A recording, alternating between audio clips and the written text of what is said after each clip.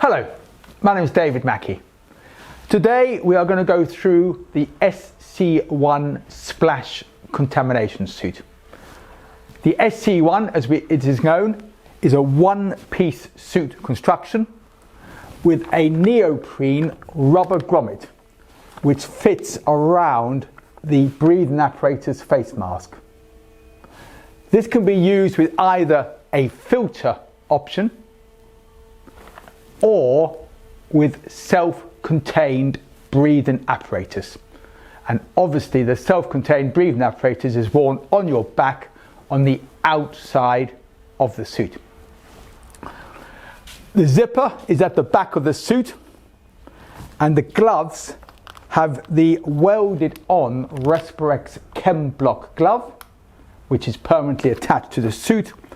And also in the pack you get a separate pair of thin neoprene gloves which are mainly for mechanical wear. The boots has the integral sock which is worn inside the pair of chemical Wellington safety boots, and this is complete with a straight outer leg which goes over the top of your chemical boot.